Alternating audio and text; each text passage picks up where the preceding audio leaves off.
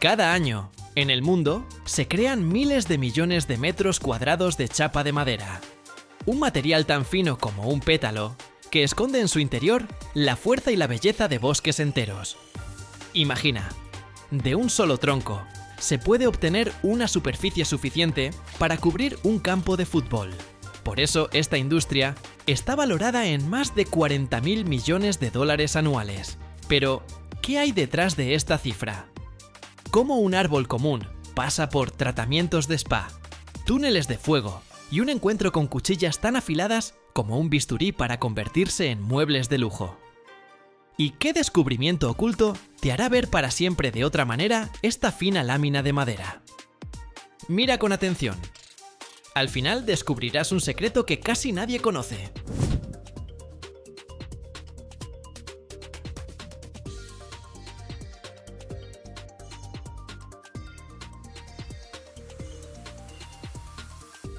No cualquier árbol sirve para la producción de chapa de madera.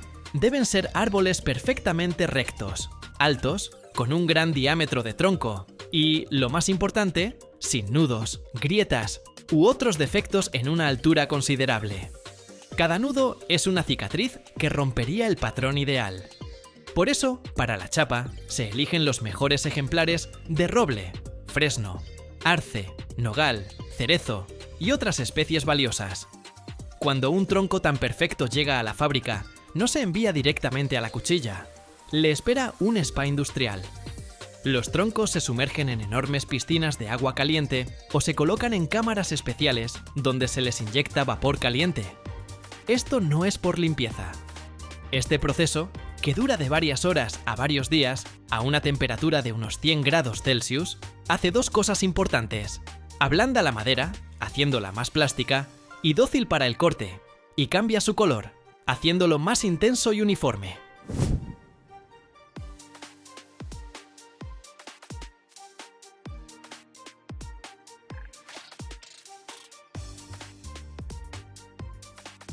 Después del baño caliente, al tronco se le quita la corteza.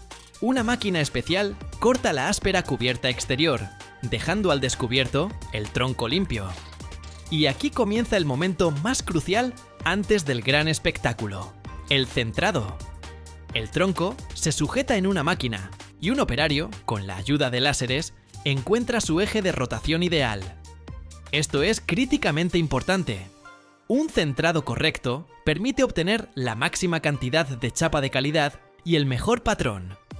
Y ahora, el tronco vaporizado, limpio y perfectamente centrado, está listo para encontrarse con la cuchilla. Existen dos métodos principales para convertir un tronco en finas láminas, y son radicalmente diferentes.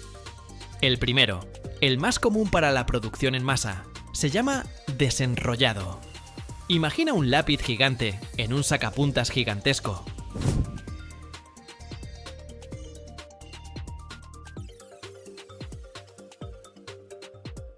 El tronco comienza a girar sobre su eje, y hacia él se acerca lentamente una cuchilla larguísima, afilada como una navaja, de la longitud de todo el tronco. La cuchilla se clava en la madera en rotación, y comienza a cortar de ella una cinta continua y ancha de chapa, de solo medio milímetro a 3 milímetros de grosor. Es como desenrollar un rollo de toallas de papel. De la máquina sale una lámina interminable, húmeda y flexible, que luego se corta en trozos del tamaño necesario. Este método es muy productivo, pero da un patrón característico y caótico que no siempre se valora en los muebles de élite. El segundo método, que se utiliza para obtener la chapa decorativa más hermosa, se llama rebanado. Esto ya no es un sacapuntas, sino la rebanadora de queso más grande del mundo. Aquí, el tronco, o una parte de él cortada en bloques, se sujeta firmemente a una plataforma móvil. Y sobre ella o a un lado hay una cuchilla maciza y afilada.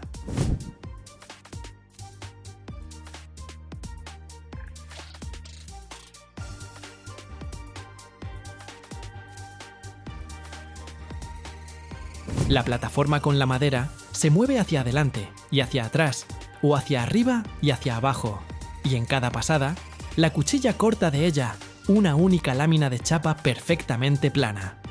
Es un proceso más lento y menos productivo, pero es precisamente el que permite obtener ese patrón noble, lineal o figurado, que tanto valoramos en los muebles caros. Dependiendo de cómo se haya cortado el tronco antes del rebanado, se pueden obtener diferentes tipos de patrones: radial, tangencial, que imita el dibujo de una tabla maciza. La chapa recién cortada, independientemente del método, se llama verde. Es muy húmeda, flexible como el papel mojado, y se rompe fácilmente. Hay que secarla. Las cintas o láminas de chapa se introducen con cuidado en una larga cámara de secado. Es como un gigantesco horno-túnel, dentro del cual la chapa se mueve lentamente sobre una cinta transportadora de rodillos o de malla. El aire caliente circula en su interior, eliminando la humedad de manera muy cuidadosa y uniforme.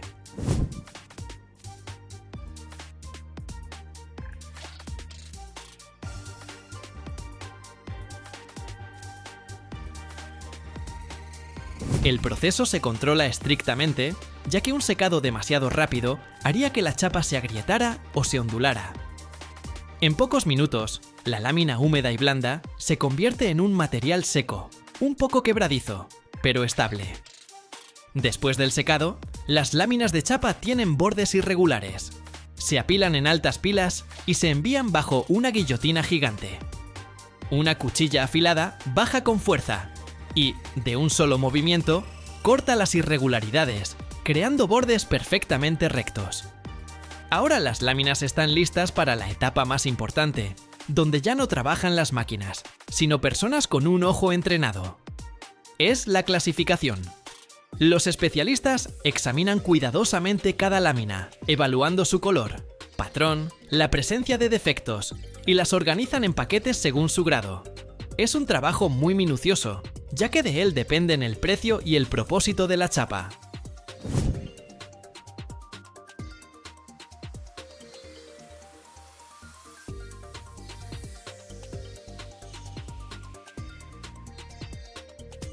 Pero las láminas individuales de chapa a menudo son demasiado estrechas para fabricar, por ejemplo, el tablero de una mesa. Por eso hay que unirlas en un gran lienzo. Este proceso se llama cosido o empalme. Dos láminas con bordes perfectamente rectos se introducen en una máquina especial. Las presiona firmemente una contra la otra y un mecanismo especial las une. Puede ser un fino hilo de pegamento aplicado en zigzag o una cinta de papel con adhesivo. Como resultado, obtenemos una gran lámina de chapa continua, lista para ser pegada sobre una base. Y así, después de haber recorrido el camino desde un majestuoso árbol en el bosque, a través de un baño caliente, una cuchilla afilada como un bisturí y un túnel de fuego de secado, nace este material, fino como un pétalo, que lleva en sí toda la belleza, la historia y el carácter único del bosque, listo para regalar un pedazo de él a nuestros hogares.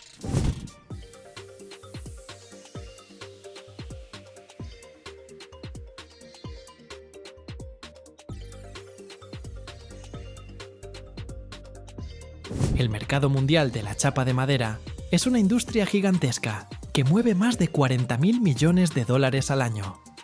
Pero la cifra más importante y simplemente alucinante que hay detrás de la chapa es su coeficiente de rendimiento. Imagina un gran tronco perfectamente recto de valioso nogal americano, de varios metros de largo y alrededor de 1 metro de diámetro. Si simplemente se aserrara en tablas, se podría hacer, digamos, una mesa grande y varias sillas. Y ahora, atención. Si ese mismo tronco se destina a la producción de chapa de 0,6 milímetros de grosor, se pueden obtener de 1000 a 3 milímetros de grosor. 1000 metros cuadrados de superficie única. Para que te hagas una idea, eso es suficiente para cubrir casi un campo de fútbol entero. ¡Un solo tronco!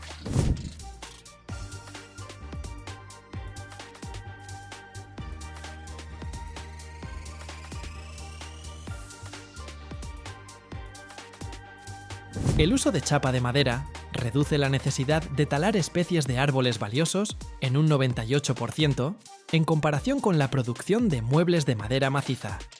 Es decir, en lugar de talar 20 árboles para hacer 20 mesas, podemos talar un árbol perfecto y dejar que los otros 19 sigan creciendo en el bosque. Esto convierte a la chapa en una de las formas más ecológicamente responsables de utilizar la madera.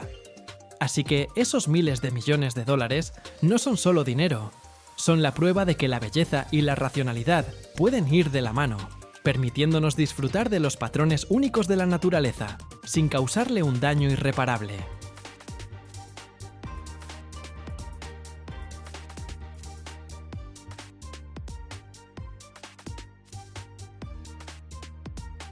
Cada año, en el mundo se fabrican millones de proyectiles de artillería. Eso es más que la población de algunos países. En peso, hablamos de miles de toneladas de acero convertidas en armas capaces de cambiar el rumbo de la historia. Pero ¿cómo un cilindro metálico sin vida se transforma en un mecanismo tan preciso, donde un error de apenas 1 milímetro puede costar vidas? En este video vamos a abrir las puertas de un mundo al que casi nunca entran las cámaras. Hornos con temperaturas de más de 1200 grados. Prensas hidráulicas que comprimen el acero como si fuera plastilina. Y secretos explosivos ocultos en el silencio de talleres especiales. Quédate hasta el final, porque descubrirás lo que jamás se muestra en público.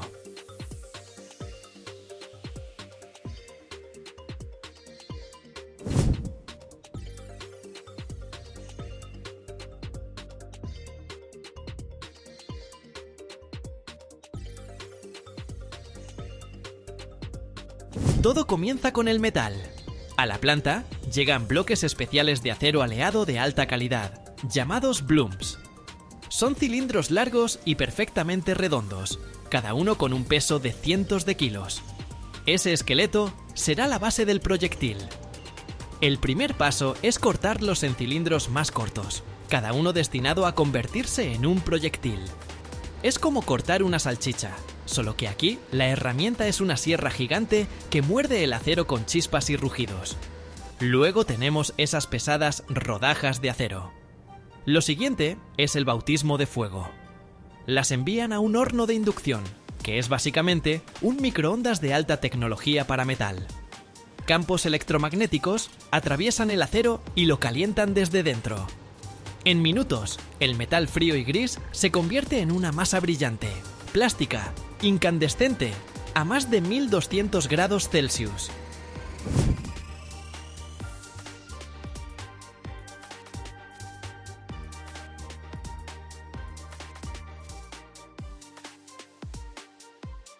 Una vez caliente y maleable, un robot la toma y la coloca en una prensa hidráulica. Primero, la prensa perfora la pieza, creando una cavidad profunda. Después, en una serie de pasos, la va estirando como un alfarero con su arcilla. El acero fluye, las paredes se hacen más delgadas y la cavidad más profunda. Tras varias compresiones, ese cilindro macizo se transforma en un vaso grueso de acero, con la forma característica de un proyectil. Pero aún es tosco, cubierto de escoria e impreciso. Ahora llega la mecanización. La pieza se fija en un torno gigantesco. Una herramienta de aleación súper dura retira capas de material, hasta dejar una superficie perfectamente lisa y aerodinámica.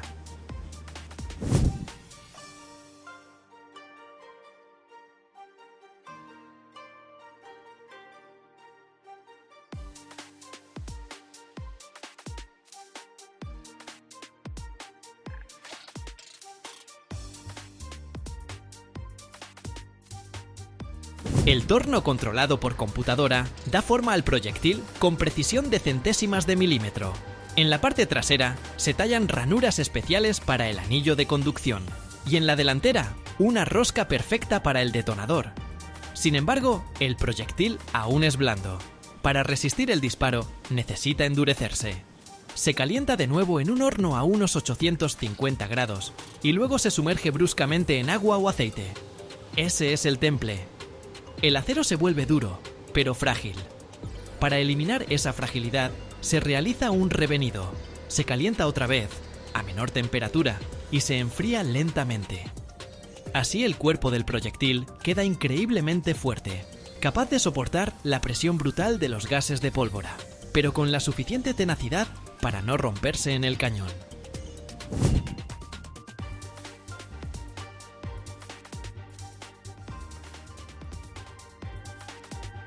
Pero un cascarón vacío de acero, por más fuerte que sea, no sirve de nada. Llega la etapa más peligrosa, la carga explosiva.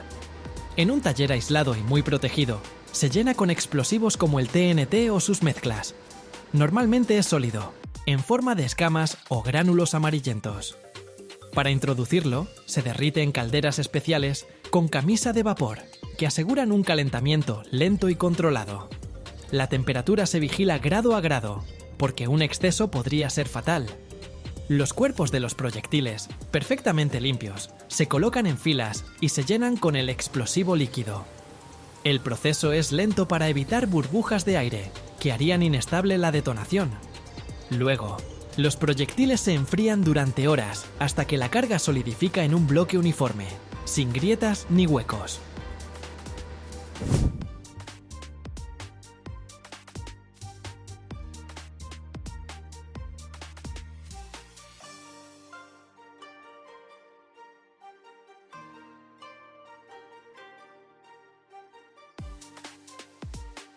Mientras tanto, en otro taller aún más limpio y preciso, se fabrica el cerebro, el detonador o espoleta.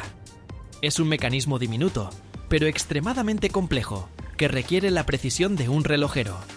Consta de decenas de piezas diminutas, resortes, engranajes, percutores, cápsulas detonantes y seguros.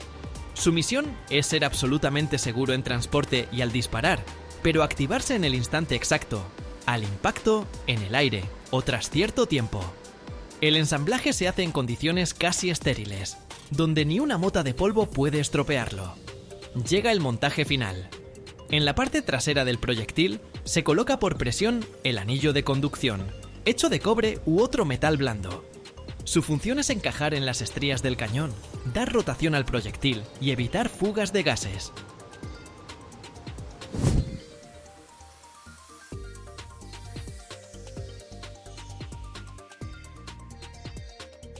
En la parte delantera, en la rosca, se enrosca cuidadosamente la espoleta ya terminada. Después, los proyectiles se pintan en color protector, normalmente verde oliva o gris, y se les imprime un marcado especial en blanco o amarillo. No son simples letras, es su pasaporte, indicando calibre, tipo de explosivo, lote y año de fabricación. Información vital para los artilleros. Finalmente, los proyectiles completos se embalan con cuidado en cajas de madera o tubos herméticos para protegerlos de la humedad y los golpes. La fabricación de las granadas de mortero es similar, aunque con diferencias. Sus cuerpos suelen hacerse por fundición en hierro, pues la presión del disparo es menor. Su forma es más redondeada, como una gota. Y la gran diferencia, en la parte trasera, llevan un estabilizador, una aleta con varias palas que mantiene el vuelo recto, como las plumas de una flecha.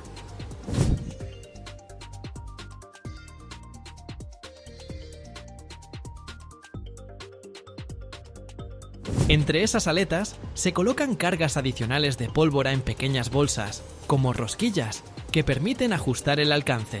Y así, tras todo este recorrido, desde un bloque de acero inerte, pasando por hornos ardientes, prensas hidráulicas, tornos de precisión y silenciosos talleres químicos, nace un artefacto que es la cumbre de la ingeniería destructiva, listo para cumplir su único y terrible propósito.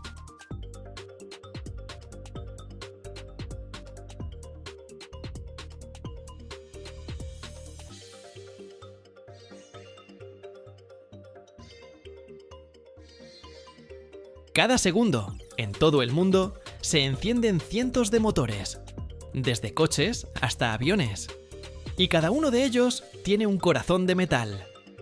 Un gran bloque donde nace la potencia. Pero, ¿cómo, a partir de una pieza metálica en bruto, se obtiene una estructura precisa, calibrada al micrómetro? No hace mucho, esto era un trabajo manual minucioso. Pero hoy es tarea de máquinas superpotentes, de control numérico computarizado. Ellas, literalmente, esculpen el motor a partir del metal, siguiendo las instrucciones de una computadora. Es como una escultura, solo que en lugar de mármol, aquí hay acero, aluminio o hierro fundido. Y no hay lugar para el error. ¿Cómo funcionan estas máquinas? ¿Qué se necesita para mecanizar un bloque de motor que pesa cientos de kilogramos con la precisión del grosor de un cabello humano? Ahora te lo muestro.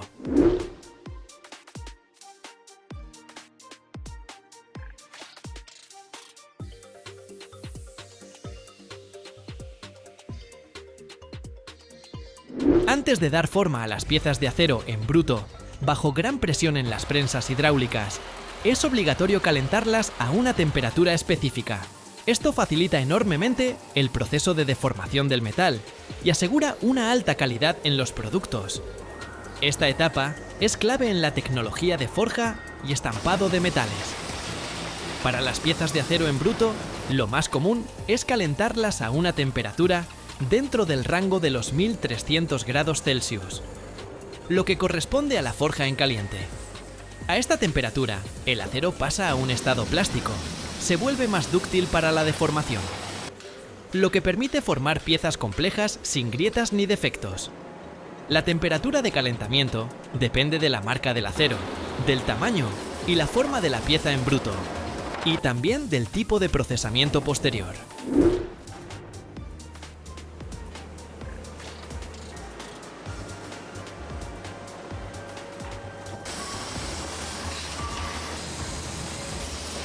El calentamiento se realiza en hornos especiales, donde la temperatura se mantiene estable y uniforme.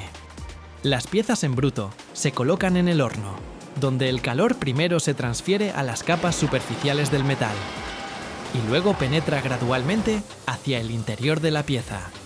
Es importante que la velocidad de calentamiento esté equilibrada. Un calentamiento demasiado rápido puede causar falta de uniformidad en la temperatura, lo que provoca tensiones internas y grietas, mientras que uno demasiado lento reduce la productividad. Hay que encontrar el punto justo.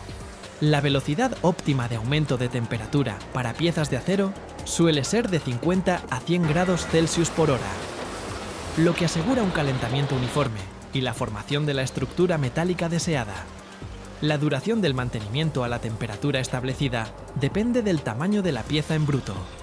Generalmente es de 7 a 20 minutos para piezas con diámetros de 40 milímetros a 100 milímetros.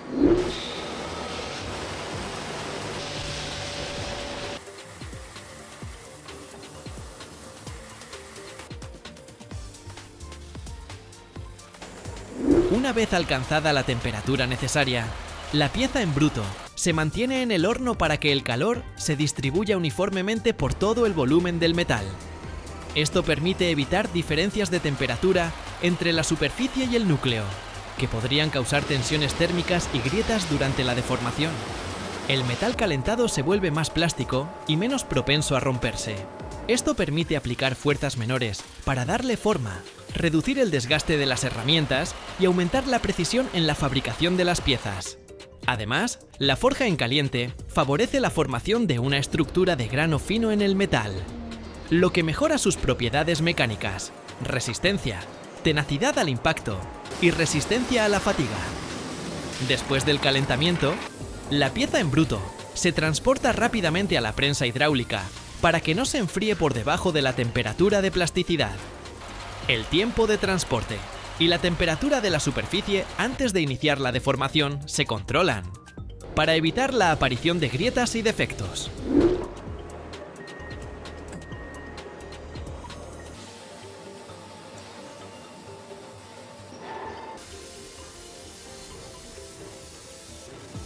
Las máquinas de control numérico computarizado se utilizan para mecanizar las bielas, piezas cruciales del motor que transmiten el movimiento del pistón al cigüeñal. La producción de bielas es un proceso complejo, que incluye torneado, fresado, taladrado y rectificado con alta precisión. Primero, las piezas en bruto de las bielas se fabrican mediante estampado o forja, a partir de aceros al carbono o aleados. Estas piezas tienen una forma cercana a la pieza final, y a menudo incluyen la tapa de la cabeza inferior, que luego se separa.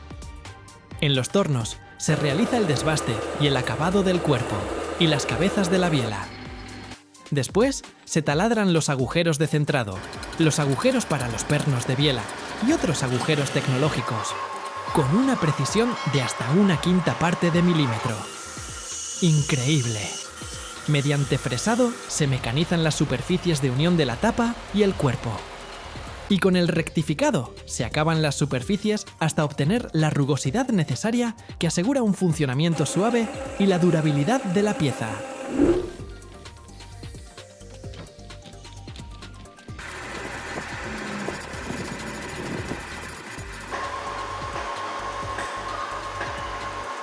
Una operación importante es el ensamblaje de la biela con su tapa y el mecanizado final de los agujeros para los pernos de biela, que se realiza con alta precisión para garantizar la fiabilidad de la unión.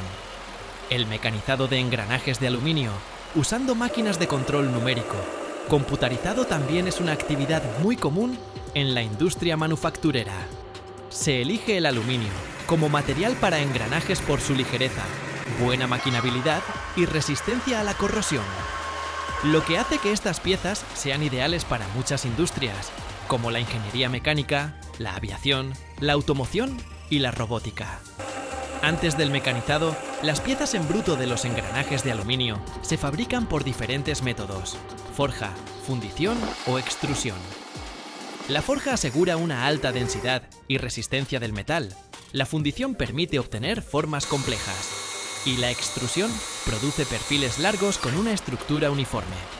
Después, las piezas pasan por un proceso de normalización, es decir, un calentamiento hasta unos 960 grados Celsius, con un tiempo de mantenimiento, lo que mejora la estructura del metal y aumenta su homogeneidad.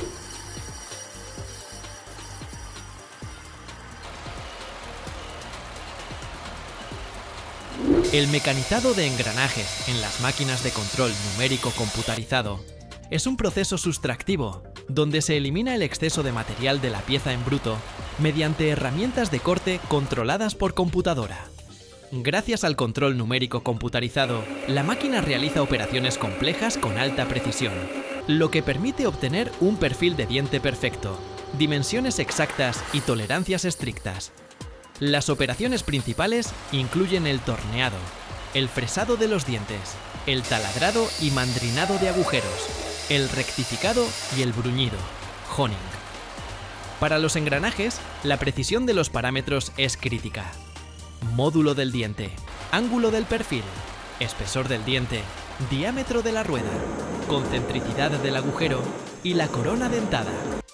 Las máquinas de control numérico computarizado aseguran tolerancias del orden de centésimas e incluso milésimas de milímetro, lo que garantiza un funcionamiento suave y silencioso de la transmisión.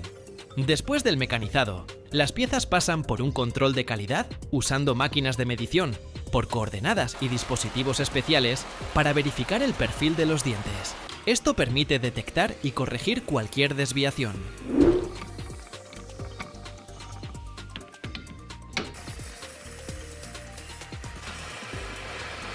Estas máquinas de control numérico computarizado pueden trabajar 24 horas al día, 7 días a la semana, con mínima intervención del operador.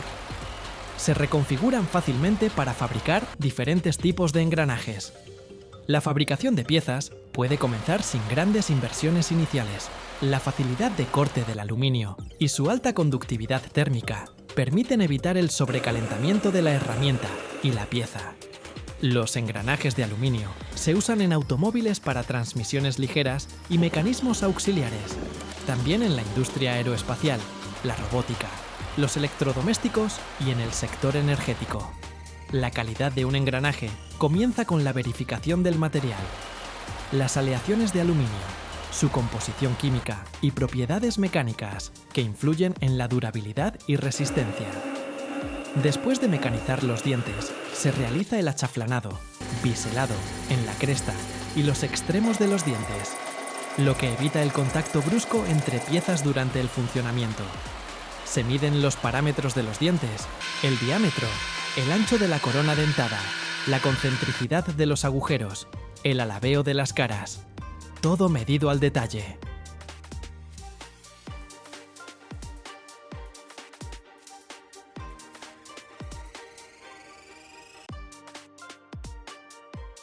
Cada año, en Estados Unidos, se desechan miles de transformadores eléctricos viejos.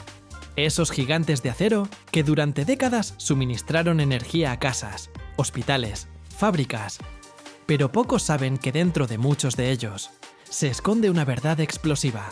Los bifenilos policlorados, o PCB como se les conoce, son sustancias tóxicas que se usaron durante años como líquidos refrigerantes. Hoy están prohibidos en la mayoría de los países. Sin embargo, estas bombas químicas de acción lenta todavía duermen silenciosamente en carcasas abandonadas. ¿Cómo exactamente desecha Estados Unidos estos aparatos? ¿Por qué su desmantelamiento requiere tanto cuidado como desactivar una mina? ¿Y es verdad que algunos transformadores siguen vivos y funcionando, a pesar de las prohibiciones? Quédate, que esto solo se va a poner más ruidoso.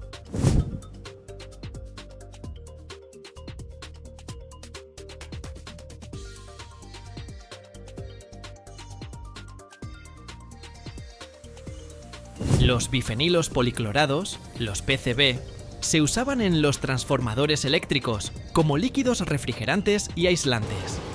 Fueron muy populares desde los años 1920 hasta finales de los 1970. Gracias a su resistencia al fuego, sus altas propiedades de aislamiento eléctrico y su inercia química. Pero fueron precisamente estas cualidades las que convirtieron a los PCB en una seria amenaza ambiental. Estos compuestos químicos no se descomponen en la naturaleza. Se acumulan en el suelo, en el agua, en los organismos de animales y personas. Están reconocidos como cancerígenos. Pueden alterar el sistema endocrino, dañar el hígado, la piel, el sistema inmunológico. Por eso, en Estados Unidos, se prohibieron por completo en 1979. Y la eliminación de equipos que contienen PCB pasó a regularse al más alto nivel, bajo la supervisión de la Agencia de Protección Ambiental, la EPA.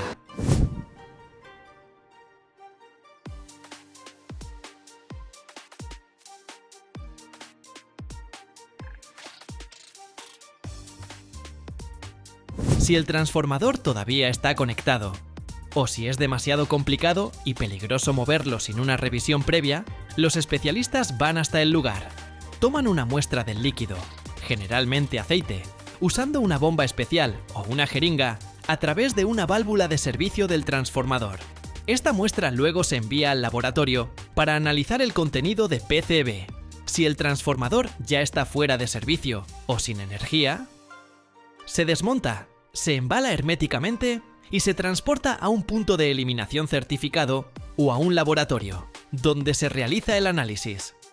Esto se hace más a menudo con equipos pequeños, o cuando se sospecha que el líquido es muy peligroso y necesita ser tratado en condiciones controladas. En cualquier caso, la regla de oro es no romper el sello hermético para que los compuestos dañinos no lleguen al medio ambiente.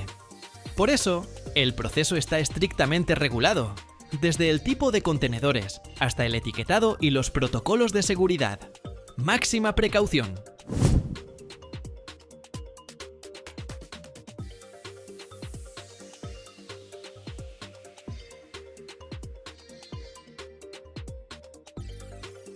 Una sola gota de PCB puede contaminar 100.000 litros de agua, haciéndola no potable.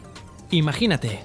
Por eso, todo el proceso, desde las primeras gotas hasta el último tornillo, se realiza bajo un control estricto y debe documentarse en varias instancias. Primero, el transformador se coloca en una plataforma especial, con un sistema de contención secundaria. Es como una base de concreto, con canales y depósitos para recoger el líquido en caso de derrame accidental. Si algo sale mal, esta plataforma debe tener un revestimiento resistente a químicos y estar separada del sistema de drenaje. Luego, se retiran los paneles protectores externos del transformador y se accede a la cámara de aceite. El procedimiento de drenaje se hace con un sistema sellado. Se conectan tubos al transformador que van a una bomba hermética. Esta bomba traslada el líquido a contenedores especiales que cumplen con los requisitos del Departamento de Transporte de EE, U y UA, para almacenar líquidos peligrosos. Un contenedor de estos puede albergar 210 litros y tiene doble pared para prevenir fugas. La presión interna del sistema se controla automáticamente para evitar derrames por sobrellenado o despresurización repentina.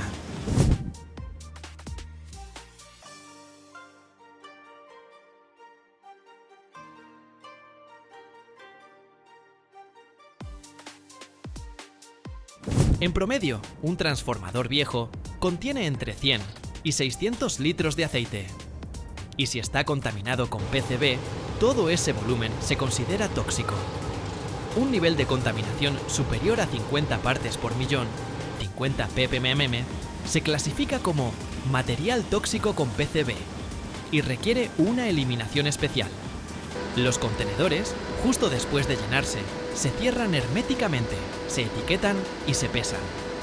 Luego se transportan a plantas certificadas de incineración a alta temperatura o de neutralización química. Después de drenar el líquido, la carcasa del transformador se lava a fondo varias veces, a veces usando solventes o absorbentes. Y todo el líquido de lavado también se recoge en contenedores especiales. Deshacerse de un transformador es como desmontar una bomba peligrosa. Por fuera parece solo un pedazo de hierro. Por dentro, veneno que tarda décadas en descomponerse. Hay que saber qué hacer con cada tornillo, porque un error puede costar la salud o millones de dólares.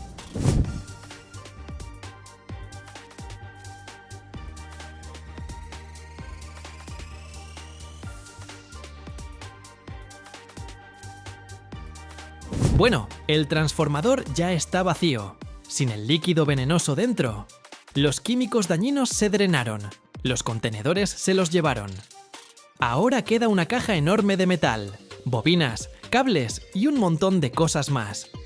Las carcasas de los transformadores pueden pesar desde 200 kilogramos hasta varias toneladas, dependiendo del tamaño y tipo. Por ejemplo, un transformador de alta tensión. Es un monstruo.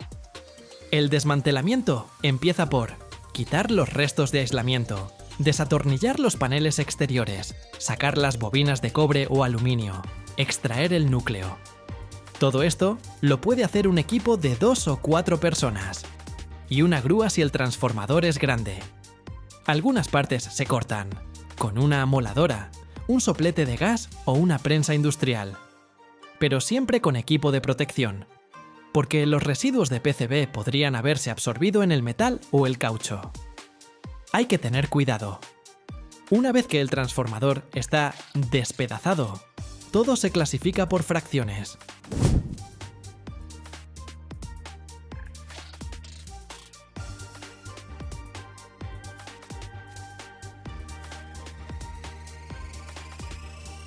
El cobre o el aluminio de las bobinas se separa como metal no ferroso. A menudo se recicla. El acero, las partes de la carcasa, van al metal ferroso. El acero y la carcasa generalmente se reciclan. Si no están contaminados con PCB u otra porquería tóxica, el acero limpio se envía a plantas metalúrgicas donde se funde y se reutiliza. Por ejemplo, en construcción, en la industria automotriz, en la fabricación de electrodomésticos, etc. Los materiales aislantes, pinturas, sellos, se clasifican como residuos peligrosos y a veces se incineran en hornos especiales. Las piezas con posibles residuos de PCB, incluso en microfisuras o materiales porosos, van obligatoriamente a contenedores herméticos para ser incineradas o enterradas en un vertedero de residuos peligrosos. Cada tipo de material tiene su propia hoja de ruta, documentos, etiquetas, códigos, todo bajo control.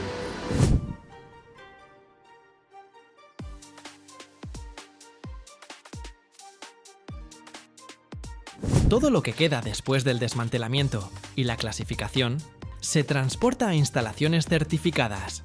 No hay muchas en Estados Unidos, porque el trabajo es peligroso. Pueden ser incineradores, o sea, plantas de combustión a alta temperatura, donde el calor alcanza los 1200 grados Celsius. ¡Una barbaridad! O pueden ser vertederos subterráneos especiales, donde los residuos se aíslan herméticamente durante décadas. El transporte, solo en vehículos especiales. herméticos, con GPS. Toda la carga en contenedores lleva la etiqueta Hazmat. Materiales peligrosos. Los conductores tienen licencia especial. Las rutas están aprobadas por el gobierno. Todo queda registrado. No hay margen para errores.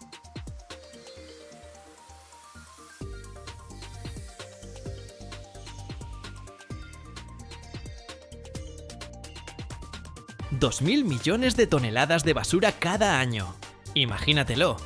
Es como medio millón de torres Eiffel, pero hechas de lodo tóxico, cócteles químicos y bolsas viejas. Y no se queda tirada por ahí. Comienza un viaje loquísimo. A través de imanes, baños químicos, hornos ardientes y hasta los intestinos de bacterias que se comen el plástico. Así como lo oyes. Prepárate, porque vamos a sumergirnos en un mundo donde incluso la mierda se clasifica por categoría. Y te advierto, no vas a poder dejar de mirar.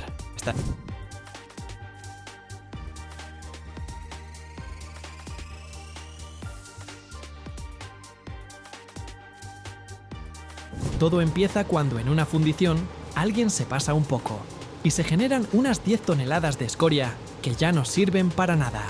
O en una planta química alguien derramó amor y ahora hay un barril con un cóctel tóxico capaz de disolver hasta una rana.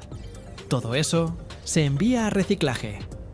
Clasificar desechos industriales es como correr una maratón para titanes con la paciencia de un lagarto de montaña. Primero llega un camión a la estación, cargado con algo muy colorido, apestoso, pegajoso y con consistencia indefinida. Y ahora toca descifrar qué clase de ensalada es esa y a dónde mandarla. Según el Banco Mundial, cada año llegan a las plantas de reciclaje más de 2.000 millones de toneladas de residuos industriales, y entre 30 y 40% de eso necesita una clasificación rigurosa, ya sea a mano o con máquinas.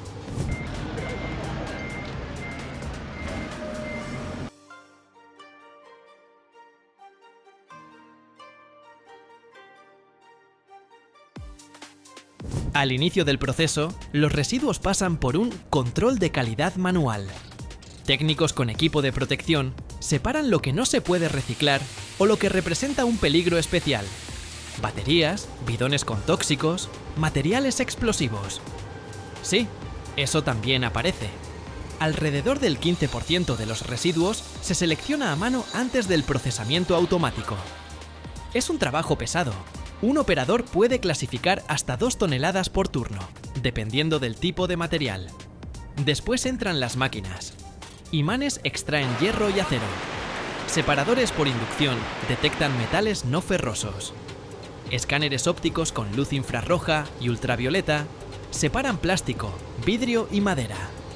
Separadores de aire soplan la basura ligera a un lado y la pesada al otro. Si alguna vez quisiste separar plumas de tuercas, este es el momento.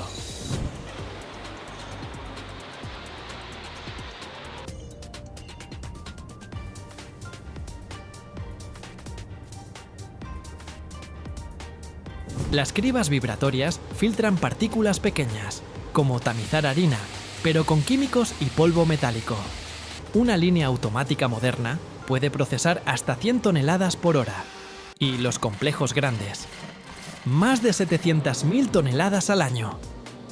A veces, antes de clasificar, se hace un análisis rápido para conocer la alcalinidad, toxicidad o composición química. Porque si crees que tienes una tuerca oxidada, pero resulta ser uranio, bueno, directo al cielo. De 5 a 7 lotes suelen descartarse como altamente peligrosos en esta etapa. Van a procesos especiales o se aíslan. Y ahí empieza la magia. El metal clasificado se envía a fundición. Y arranca el concierto metalúrgico. Las temperaturas llegan a 1500 grados. Solo así se puede fundir acero, hierro, cobre o aluminio. Si pones tu café ahí, se evapora antes de que termines de servirlo.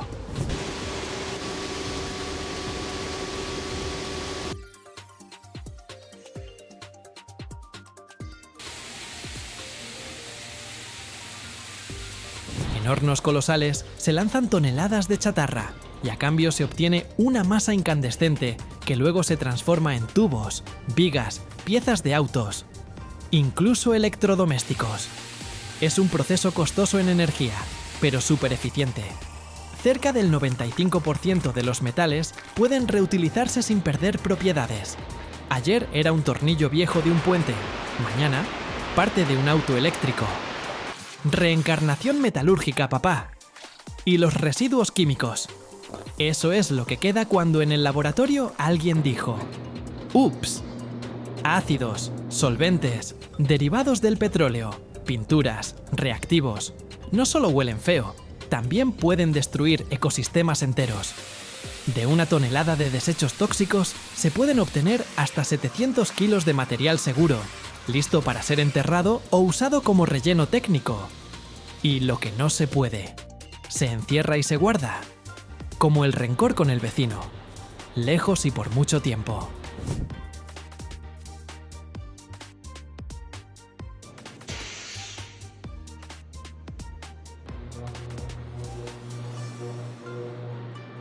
Una bolsa plástica vive solo unos minutos en tus manos, pero 500 años en un basural. Un verdadero saboteador, envuelto en algo liviano. Cada año se usan más de 5 billones de bolsas, y la mayoría termina en cualquier parte, menos en reciclaje. Porque reciclar polietileno es otro nivel. Primero hay que recolectarlas, pero están por todos lados, en árboles, ríos, y hasta en la cabeza de una paloma. Después se clasifican por tipo de polímero, se lavan, se secan y se trituran en viruta. Esa masa se funde entre 170 y 250 grados Celsius para formar gránulos. Esos gránulos luego sirven para hacer nuevas bolsas, tuberías o bancas de parque. Pero la realidad es dura. Menos del 10% del polietileno en el mundo se recicla. Así que, mejor una bolsa 20 veces que 20 bolsas una vez, porque incluso en su segunda vida, puede volver a ser una bolsa y otra vez quedar atrapada en un árbol.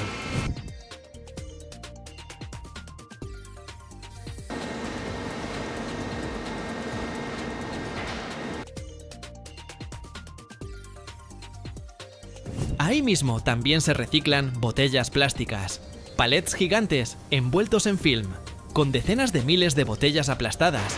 Parecen monstruos cúbicos nacidos del reciclaje. Se colocan en la cinta transportadora y desde el primer segundo empieza la magia, o el drama del plástico. Una máquina corta el empaque y las botellas caen en cascada dentro de las trituradoras. Suena como si compitieran una máquina de palomitas y una consola de mando nuclear. Luego vienen los cuchillos de acero, que rebanan las botellas a una velocidad de hasta 500 kilos por hora. El plástico cruje, chirría y a veces escupe los restos de refresco. Después, al lavado. Agua caliente, espuma, movimiento, limpieza profunda. Y al final, granulado. El inicio de una nueva vida como banca, chamarra o parte de un auto.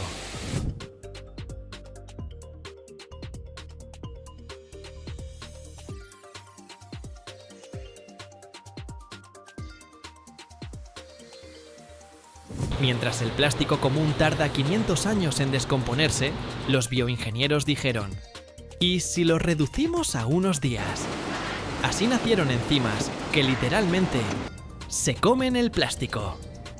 En 2016, científicos japoneses descubrieron la bacteria Ideonella sakaiensis, que produce enzimas capaces de descomponer plástico en moléculas simples. En laboratorio, ese proceso puede tomar entre 6 horas y unos días. Y al final, queda un material que se puede reutilizar o hasta compostar, porque se convierte en casi materia orgánica. En los años 20 del siglo XXI, se fue más allá.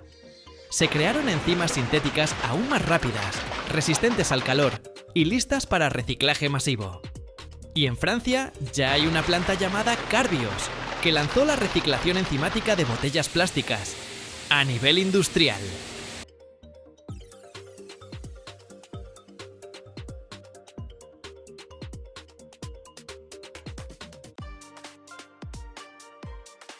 Cada año, la humanidad tira a la basura 50 millones de toneladas de residuos electrónicos. Pero, ¿qué tal si te dijera que tu vieja plancha podría salvar al planeta? O hasta convertirse en parte de una nave espacial. En este video, revelaremos los secretos del reciclaje, cómo un electrodoméstico es desarmado pieza por pieza, los cables triturados, los metales separados por electrostática y cómo el 95% de los materiales vuelven a la vida. Desde el primer crujido del plástico hasta la última fibra de cobre, esto no es solo reciclaje, es auténtica magia tecnológica. ¿Quieres saber cómo tu plancha puede cambiar el mundo? Pues agárrate fuerte, mano, porque esta aventura loca comienza. ¡Ahora mismo!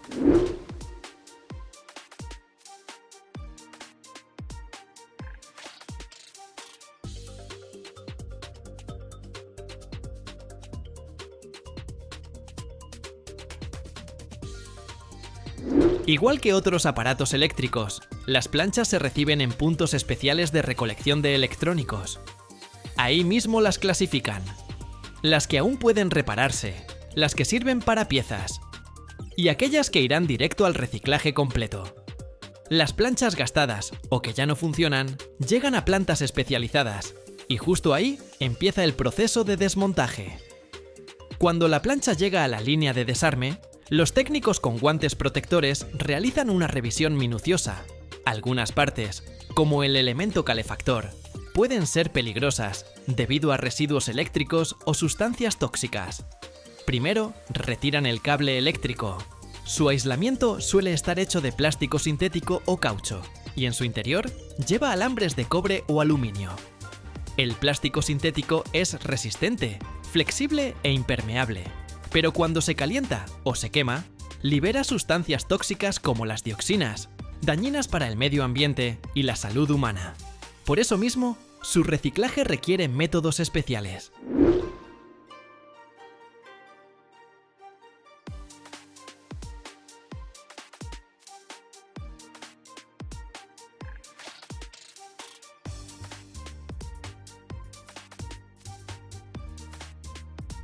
El cable retirado no se queda olvidado en una esquina.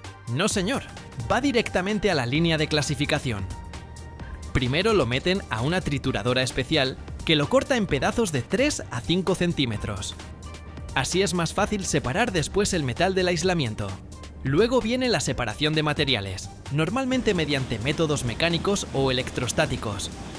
Pero, ¿qué significa esto? ¿Qué palabras extrañas estoy diciendo aquí? Mira, los alambres de cobre y aluminio se separan para enviarse a fundidoras. El plástico triturado o caucho se recicla para fabricar nuevos aislamientos o productos similares. Si el aislamiento contiene sustancias peligrosas, lo queman en hornos especiales, con filtros, o lo entierran de manera hermética.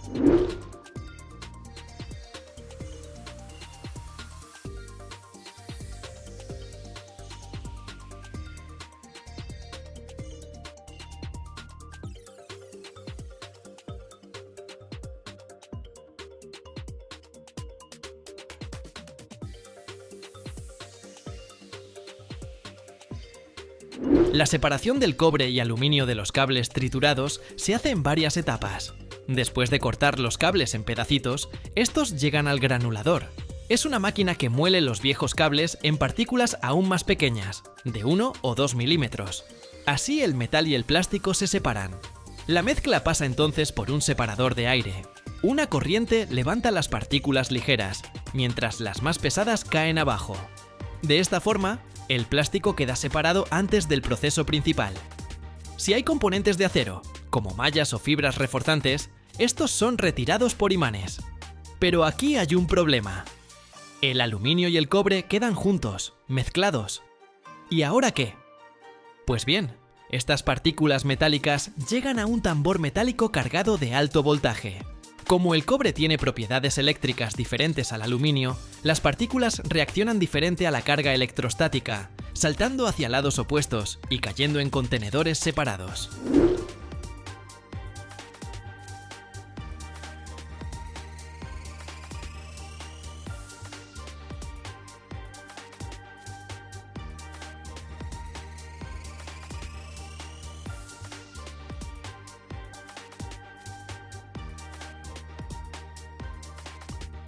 Después de esta separación, los materiales se revisan nuevamente, a mano o con sistemas automáticos.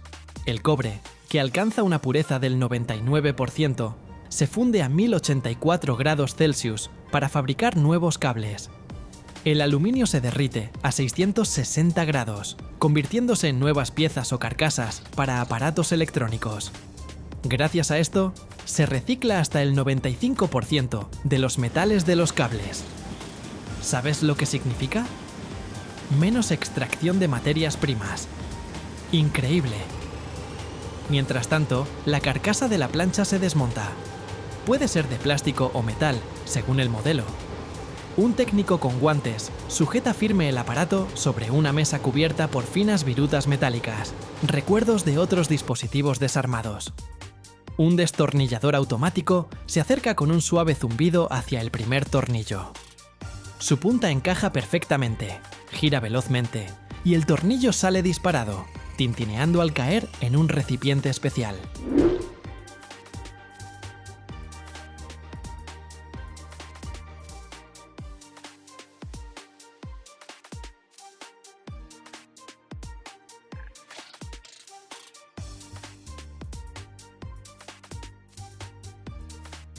La carcasa todavía resiste, como si quisiera evitar su destino.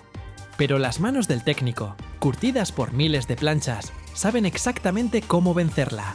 Un rápido movimiento de la cuchilla por debajo del borde, y se escucha ese familiar clic, casi como un suspiro del viejo aparato.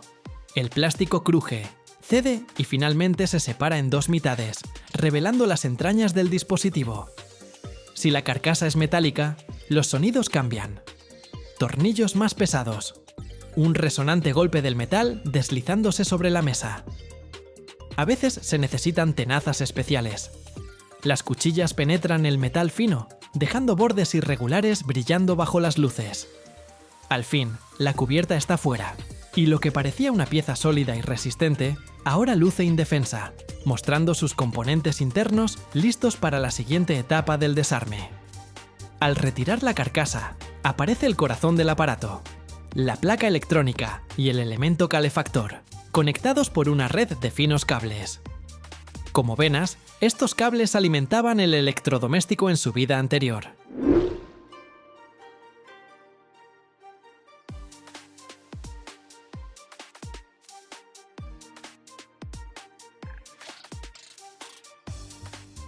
Una pinza de puntas finas se acerca al primer contacto. Un suave tirón. Y el cable se desprende con un leve chasquido, revelando su diminuto núcleo de cobre. Otra herramienta, parecida a una pequeña palanca, entra bajo el borde de la placa. Un ligero empuje.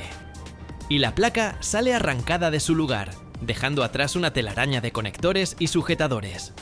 Luego viene el elemento calefactor. Si es cerámico, aparece como un corazón blanco, a veces cubierto por un polvo grisáceo tras cientos de ciclos de calentamiento. Si es un resorte de nicromo, aparece enrollado elegantemente como una hoja seca. Este se extrae con sumo cuidado para evitar daños, pues cualquier ruptura complicaría su reciclaje posterior. Con algunos movimientos más, lo que era un mecanismo único se convierte en muchas piezas. La placa electrónica y el elemento calefactor están separados, listos para su clasificación y reciclaje.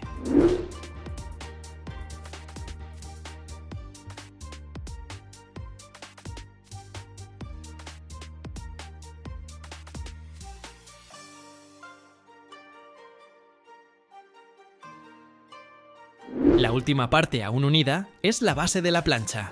Ella lleva las cicatrices de miles de ciclos de calor, uso y desgaste, rayaduras y pequeñas manchas de quemaduras. Es la parte más resistente, difícil de retirar. Un técnico introduce una herramienta parecida a una palanca delgada entre la base y el cuerpo. Con una presión suave, se escucha un crujido metálico y el material empieza a ceder. Si la base es de aluminio, se dobla ligeramente con un sonido seco. Si es cerámica, no se mueve hasta recibir un golpe preciso, separándose con un sonido apagado. La base de acero inoxidable presenta la mayor resistencia. Requiere destornillarse manualmente o usar herramientas especiales. Finalmente, la base queda libre. Cae sobre la mesa metálica con un golpe seco, dejando rastros de hollín en los dedos del técnico. Esta era la última pieza grande, y ahora el aparato está completamente desarmado. Listo para la siguiente fase de clasificación y reciclaje.